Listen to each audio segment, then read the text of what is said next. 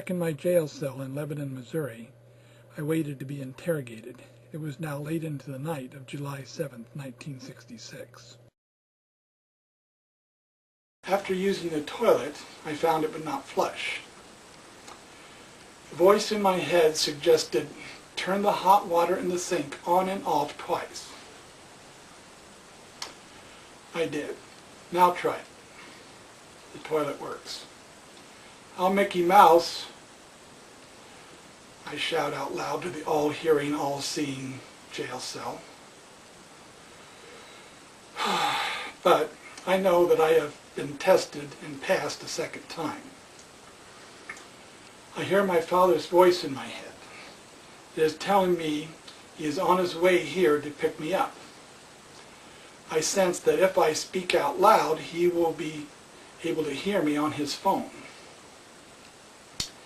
Bring the envelope on top of my hi-fi in my room with the words blue light on it. I tell my jail cell out loud. Inside the envelope is my class ring. My Father's voice in my head told me that He would. I was now sure the jail cell was bugged, and they had connected it to a phone. My Father does not know the circumstances here at my end of the call, but I will now have proof when my Father brings the ring that my cell is bugged. That makes 3 tests that night and counting. Later, the local policeman comes in and tells me some people are here to see me. I am brought back to the entrance room where there are 2 men in suits, as well as the tech who had manned the machine with the dial earlier. When I challenged them by demanding to see IDs, I learned that one of the suits is FBI and one is CIA. The tech excuses himself rather than give ID. The FBI agent tells me matter-of-factly, you called up Mao Zedong's granddaughter. I play around a little, pretending that that's impossible to do. I ask them if they know any words that would mean something to me. And they tell me blue light and brown road. The very words have been swimming around in my head for the last few days. At first I'm accused of having some communist ties. Then they say they do not believe me. No one could talk for a couple hours on the phone without hearing anything. Well, that's all I've done. Maybe no one did hear me. You must want someone else. We want you, they insist. Hours of interrogation go by slowly, but I end up telling them everything I know. By the nature of the phone call, I knew I had no legal problems. What are you going to arrest me for? Thinking? I asked. Oh, that's going to look really good in the papers. FBI arrests man for thinking. I have very little to tell them, and they do not tell me much. But some things are confirmed by the government agents, among them the presence of a priest in the room next to mine at the motel. I am finally offered a position with the CIA, which I decline. I suggest a final test. Use the bug jail cell to allow me to talk to Barbra Streisand. They said they could not do that. I told them that's a good position to take. Pretend like you're not going to. That makes it an even better test. I went back in the cell. As the sun came up, the vent in my jail cell was opened. I could see out to the nondescript alley and backyard by the jail. The officer brought me the breakfast I requested, cornflakes and milk. You'll have to say something, the silent voice said. Out loud this time I said, something. Then a few seconds later there was someone else listening. They waited a while. Finally I said, hello? Hello, she answered. I couldn't tell who it was, but she seemed nervous and very cautious.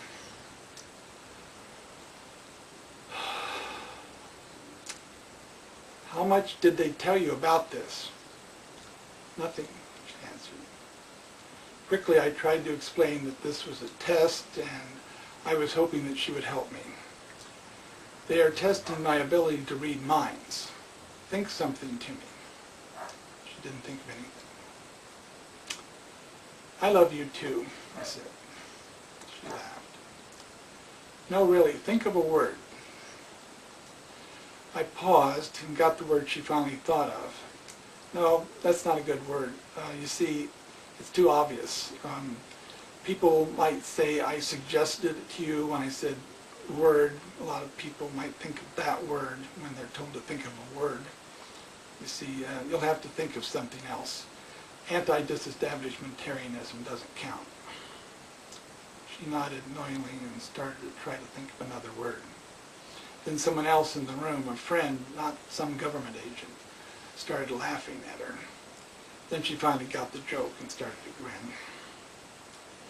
This time, think of a word that isn't so common and easy, see. She thought of the word giraffe. I said, think of anything but anti-disestablishmentarianism or giraffe. That's another real common one a lot of people think of. Now she got the joke.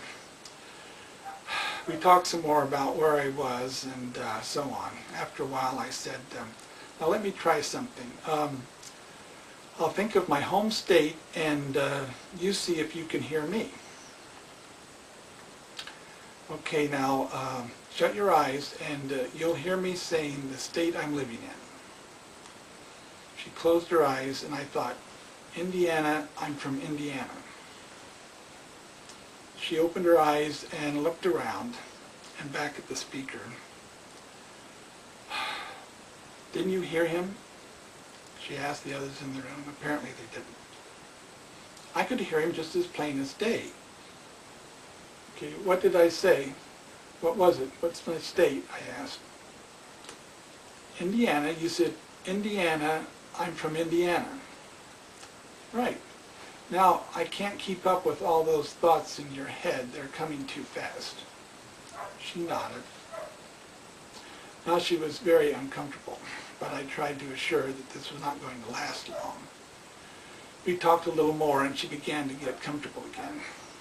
There's another thing, not quite as forward, that I would like to be able to get from you here. How about this? Why don't you kiss me? Just try. There was a blank. I don't know if she did, if anything. No, I didn't get it. I try again. Think you're supposed to be an actress. Think a kiss to me. There was a pause, then a warm, friendly feeling came. It was meant just for me, and was almost physical. I let my voice slide down a notch.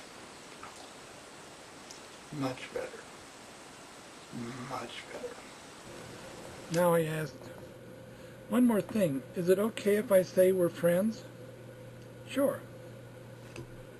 Well, goodbye, I said. Well, goodbye, her silent voice seemed to say, and that was it.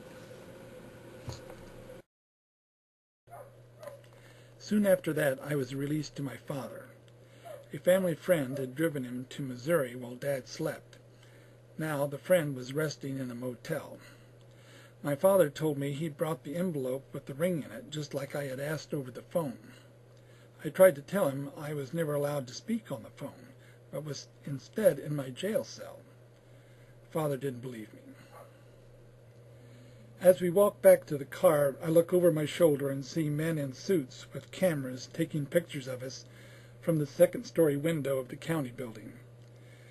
During the quiet ride back home, I turn the ring on my finger and realize it is best not to tell this story for a very long time.